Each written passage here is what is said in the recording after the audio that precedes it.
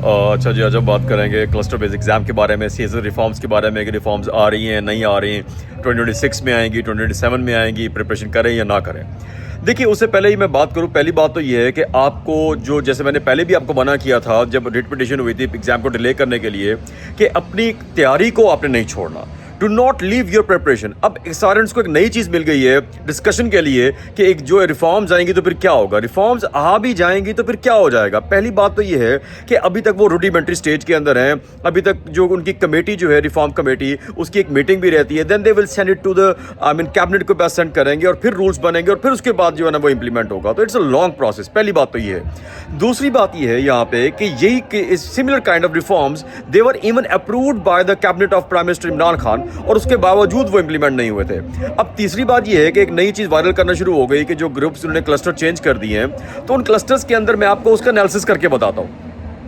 उस एनालिसिस के अंदर उन्होंने क्लस्टर के अंदर ये किया कि आपको कुछ डिफरेंट जो हैं आपके जो ग्रुप्स हैं, सर्विसेज हैं, उनके लिए स्पेशलाइज चीज़ें चाहिए होती हैं। तो लोग जो आते हैं, फर्ज कीजिए मैंने ग्रेजुएशन की हुई लिटरेचर के अंदर और मैं हूँ पाकिस्तान ऑडिट अकाउंट सर्विस के अंदर, तो मुझे क्या होगा, अकाउंटिंग पढ़ते हुए मुश्किल होगी। अब उन्होंने ये मैंडेटरी कर दिया कि अगर मैंने करना है ऑडिट अकाउंट ज्वाइन करना है तो मुझे क्या करना पड़ेगा, ऑडिटिंग एंड अकाउंटिंग का जो सब्जेक्ट है ऑप्शनल के तौर पर वो लाजमी लेना होगा, ताकि मुझे पता हो कि मैं क्या करने लगा हूँ। इसी तरीके से उन्होंने जो है आपकी जो PAS है और PSP, उनके लिए डिफरेंट सब्जेक्ट्स रख दिए।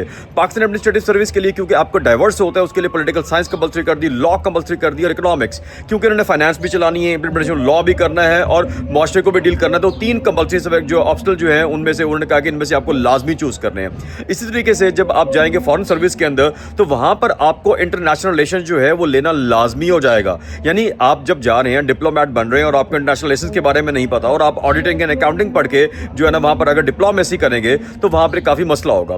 सो इस चीज को खत्म करने के लिए कि आपके पास प्रायर नॉलेज हो तो होगा कि अमूमी तौर पर अब ऑडिटिंग एंड अकाउंटिंग अमूमी तौर पर usually the candidates who are going to opt this for auditing accounting वो वही होंगे जिनकी ग्रेजुएशन उसके अंदर होगी। इकोनॉमिक्स वाले जो हैं वही करेंगे जिन्होंने इकोनॉमिक्स पढ़ी होगी। अगर इकोनॉमिक्स नहीं भी पढ़ी हुई तो इकोनॉमिक्स पढ़ी जा सकती है। इसी तरीके से पॉलिटिकल साइंस और लॉ जो है वो भी सोशल साइंस के सब्जेक्ट्स हैं, तो आपको पैनिक नहीं करना।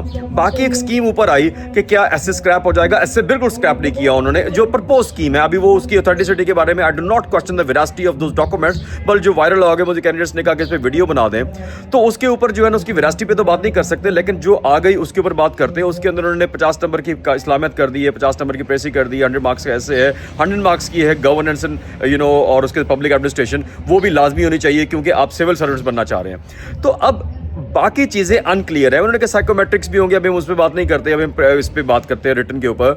तो आपको चाहिए कि बजाय कंफ्यूज होने के आप अपनी तैयारी जारी रखें। वही पॉलिटिकल साइंस है, वही इकोनॉमिक्स है, वही लॉ है, वही एसए है, वही इस्लामियात है, उसी के अंदर वही सब्जेक्ट्स हैं। तो प्लीज़ अपनी तैयारी मत छोड़िए। और ये है छोटा सा एनालिसिस। अब एक कमेंट में करके बताइए मुझे कि आप क्या जानना चाहते हैं, मजीद आपको इसके बारे में क्या सुनना है और क्या चीज़ें हैं। तो कमेंट करके बताइए कि आप 2025 की 26 की अटेम्प्ट दे रहे हैं या 27 की। Thank you very much.